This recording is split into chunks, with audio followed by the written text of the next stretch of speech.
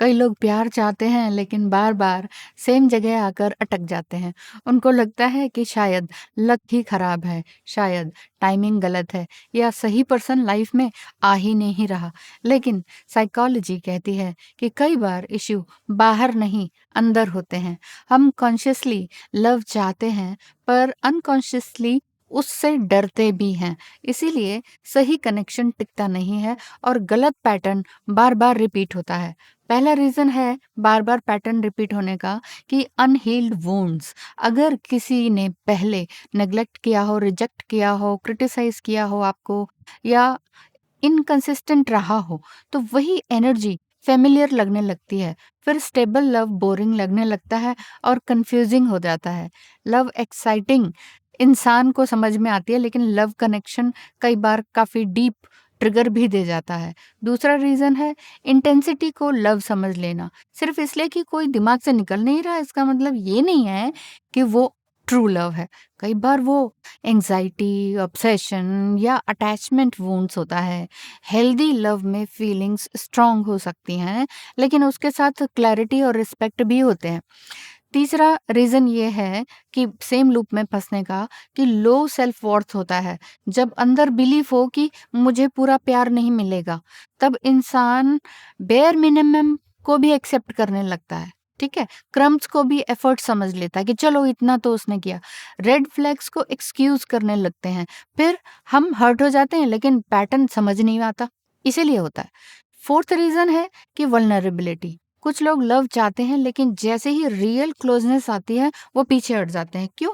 क्योंकि genuine connection में mask उतरता है दोनों का, कंट्रोल कम होता है और सच में दिखना लगता है कि ये क्या हो रहा है। इसीलिए कई लोग अनअवेलेबल पीपल के पीछे अटक जाते हैं। वहाँ पर लॉन्गिंग रहती है, चेजिंग रहती है पर रियल इंटीमेसी की ज़िम्मेदारी नहीं आने पाती है। यहीं एक छोटा-सा पॉज़ अगर लें, तो अगर आप रिलेशनशिप कंसल्टेशन चाहते हैं, टैरो रीडिंग चाहते हैं, रेकी हीलिंग या एस्ट्रोलॉजी के माध्यम से कोई गाइडेंस चाहते हैं, तो मेरी वेबसाइट को विज़िट कीजिए या व्हाट्सएप पर मैसेज कीजिए। कभी-कभी सही गाइडेंस कन्फ्यूजन से बाहर निकाल देती है, अदरवाइज़ आप भटकते रह जाते हैं। क्यों? सही कहा ना? फिफ्थ रीज़न पर आते हैं। फिफ्थ रीज़न है रिपिटेशन कंपल्शन, यानी सेम पैटर्न को अलग-अलग लोगों के साथ रिपीट करना। वो गया, दूसरा आया, लेकिन सबके साथ सब कुछ हो रहा है। फेस बदल रहे हैं, लेकिन पैटर्न सेम है, स्टोरी सेम है, इमोशनली अनअवेलेबल है वो, मिक्स्ड सिग्नल दे रहे हैं वो, ब्रेड क्रम्बिंग्स हो रही है, कन्फ्यूजन हो रहा है। ऐसा पता किस लिए होता है? क्योंकि माइंड आपका फ़ैमिलियर पेन को जा रहा है, फ़ैमिलियर पेन की तरफ भाग रहा है, इसलिए। सिक्स्थ रीज़न है कि अनरियलिस्टिक फैंटेसी। कई बार इंसान रियल पार्टनर को इसलिए चूज़ नहीं कर पाते हैं क्योंकि अनरियलिस्टिक फैंटेसी को ढूँढ लिया ना, ड्रीम बना लिया कि सोलमेट चाहिए, हमें तो ट्विन फ्लेम नहीं चाहिए। कई बार लेबल के पीछे भागते हैं, नहीं, नहीं ट्विन फ्लेम नहीं चाहिए, हमें तो सोलमेट। किसने कहा है कि कैसे लेबल कैसे लगा देते हैं आप किसी भी व्यक्ति पर? लेबल मत लगाइए। ठीक है? जब तक आपको प्रॉपर तरीके से साइन ना मिले तब तक आप साइकोलॉजिकली एंड प्रैक्टिकली अपने लिए काम करते रहिए। थोड़े से टिप्स दे दूँ? जो कि आपके इसी तरह के जो पैटर्न है ना बन रहे बार-बार एक ही लूप में फँस रहे हैं कई-कई लोगों के साथ। तो पहला टिप है कि अपने अट्रैक्शन पैटर्न को ऑब्ज़र्व कीजिए कि ये सिर्फ़ मत देखिए कि कौन मुझे पसंद है, ये भी देखिए कि क्यों पसंद है। काइंडनेस अट्रैक्ट कर रही है या मेरा डिस्टेंस अट्रैक्ट कर रहा है? कंसिस्टेंसी उसकी अच्छी लग रही है या अनप्रेडिक्टेबिलिटी की वजह से आप अट्रैक्ट सही सवाल आपके पैटर्न को तोड़ते हैं। तो अपने आप से सवाल पूछते रहना बहुत ज़रूरी है। दूसरा टिप मैं आपको ये दूँगी कि सेल्फ वर्थ को एक्शन बनाइए। सेल्फ वर्थ को एक्शन बनाइए। अपनी नीड्स को बर्डन मत समझिए। अपनी क्लैरिटी सामने वाले से माँगनी है तो उससे डरिए मत। डिसरिस्पेक्ट, डिले और इनकंसिस्टेंसी को नॉर्मल मत लीजिए। लव में केमिस्ट्री के साथ कैरेक्टर भी देखिए। केमिस्ट्री है, कैरेक्टर भी तो देखिए। तीसरी बात है अपना सिस्टम हीलिंग पर काम कीजिए। Nervous system, yes, body chaos की आदी हो जाती है कि हाँ चलो चलो ठीक है, और जो ट्रू लव है उसको हम बोरिंग समझने लग जाते हैं। इसलिए journaling, prayer, meditation, breath work, ये सभी तरह की प्रैक्टिसेस करना ज़रूरी है और इसको करते रहना रहे कब तक ये मत सोचिए।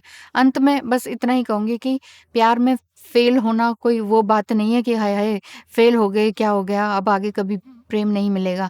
प्रेम अपने आप से कीजिए, इनर पैटर्न को समझिए, इनर हीलिंग कीजिए। जितना आप इनर डूबते चले जाएँगे ना अ, मतलब डूबना होता है अंदर, इसीलिए तो गालिब ने कहा है कि डूब कर जाना है गालिब, है ना? तो ये सस्ता हल्की चीज़ नहीं है, प्रेम तो सब कुछ त्याग माँगती है। इसलिए अपने आप को रिफ़ॉर्म कीजिए, ट्रांसफ़ॉर्म कीजिए, रिबिल्ड कीजिए बार-बार। कब तक? जब तक आप रियली अपने से ऑनेस्ट ना हो जाएँ, ठीक है?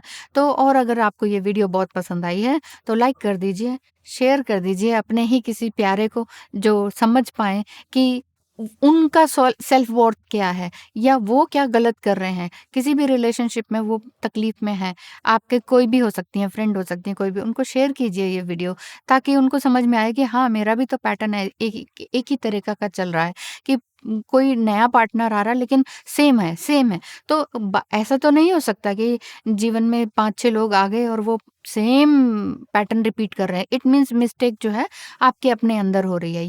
ये पैटर्न समझ में आ गए उनको और जो मैंने टिप्स आपको बताई हैं कि क्या करें, वो भी समझ में आ गया तो ये आप अपने लिए एक्शनेबल हो गए, आप अपने लिए काम करने लग गए, आप अपने वांट्स एंड नीड्स को समझने लग गए। तो इसी तरह से ये वीडियो आप शेयर कर सकते हैं ताकि दूसरे का भी भला हो सके। इनडायरेक्ट वे में आप दूसरों को ब्लेसिंग दे रहे हैं, दूसरे का साथ दे रहे हैं, ठीक है? और अगर चैनल पर नए हैं, लव इनफाइनाइट चैनल पर, तो सब्सक्राइब करना बिल्कुल मत भूलिएगा। क्यों? सब्सक्राइब कर दिया कि नहीं? कर दिया? Thank you so much. मिलेंगे कल फिर।